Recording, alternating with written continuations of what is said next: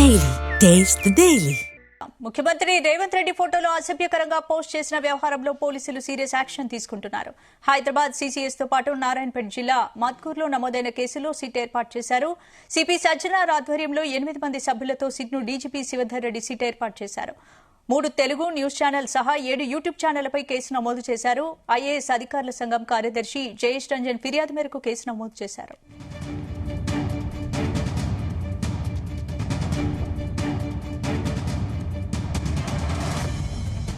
ఇందుకు సంబంధించి పూర్తి అప్డేట్స్ మా క్రైమ్ బ్యూరో చీఫ్ రవితేజ అందిస్తారు. రవితేజ, ఇటీవలే కాంగ్రెస్ పార్టీలో ఉన్నటువంటి ఒక మంత్రి అదే జిల్లాలో పనిచేసినటువంటి ఒక అధికారితో కలిపి చాలా రోజులుగా ఈ కొన్ని ఇష్టానుసారంగా వీరిద్దరి మధ్యలో వ్యవహారం సాగుతోంది అనే దానిపై కూడా వివిధ రకరకాల కథనాలు రావడంతో దీనిపైన ఐఏఎస్ల సంఘం, ఐపీఎస్ల సంఘం వరుసగా కొన్ని మీడియా ఛానల్స్ కి, కొన్ని యూట్యూబ్ ఛానల్స్ కి నోటీసులు అందజేసి దీనిపైన వివరణ అందజేయాలంటూ కూడా నోటీసులు అందజేయడం జరిగింది. అనంతరం దీనిపైన 2 చోట్ల ఎఫ్ఐఆర్ కూడా నమోదైనట్టుగా సమాచారం అందుతుంది. ఒకటి హైదరాబాద్ సిసిఎస్ పోలీస్ స్టేషన్ లో, రెండోది కొస్గి మద్దూరు పోలీస్ స్టేషన్ నారాయణపేట జిల్లాలో. ఈ 2 ఎఫ్ఐఆర్లు నమోదైన తర్వాత ఈరోజు డీజీపీ శివధర్ రెడ్డి ఒక కీలక నిర్ణయాన్ని తీసుకొని ఈ 2 కేసుల్లో నమోదైనటువంటి దానిపైన ఒక ప్రత్యేకమైనటువంటి సిట్ టీమ్ ని ఏర్పాటు చేసి దాని ద్వారా విచారణ జరిపించాలంటూ కూడా రాష్ట్ర డీజీపీ ఆదేశాల ప్రకారంగా వారు ఇచ్చినటువంటి కొత్త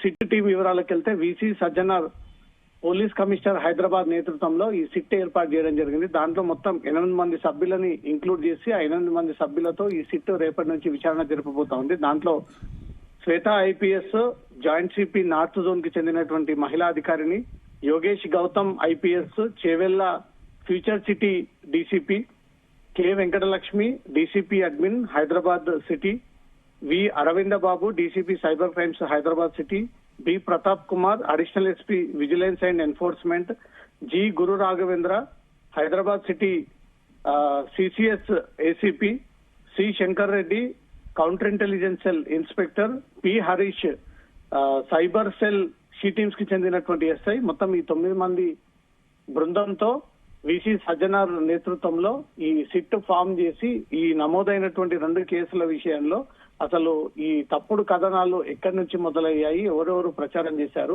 ఎందుకు ఆ మంత్రిని పని పట్టుకొని టార్గెట్ గా చేసి ఈ తప్పుడు కథనాలు ప్రసారం చేస్తా ఉన్నారు, ఇలా ఒక ఉన్నత హోదాలో ఉన్నటువంటి మంత్రి పైన తప్పుడు వార్తలు ప్రసారం చేయడం, దాంతో ఒక మహిళా అధికారిని జోడించి ఈ వార్తలు ఈ రొటేట్ చేయడంపై, ట్రోల్ చేయడంపై మాత్రం రాష్ట్ర ప్రభుత్వం సీరియస్ గా తీసుకొని పోలీస్ శాఖకు ఆదేశాలు ఇవ్వడంతో పోలీస్ శాఖ దీనిపైన సిట్ టీమ్ ని ఫామ్ చేసి సిట్ టీము నేతృత్వంలో ఈ విచారణ జరగబోతా ఉందనే సంకేతం ఇవ్వడం కోసమే రాష్ట్ర డీజీపీ ఈ ఉత్తర్వులు జారీ చేయడం జరిగింది.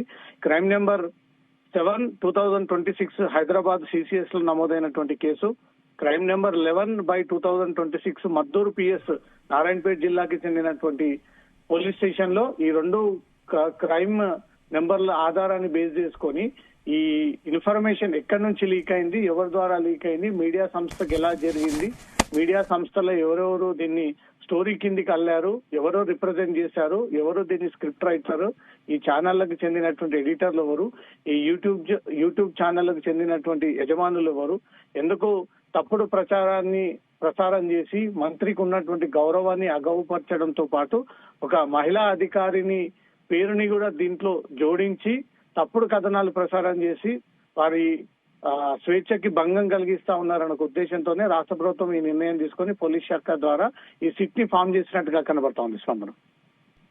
Right, thank you Raviteja.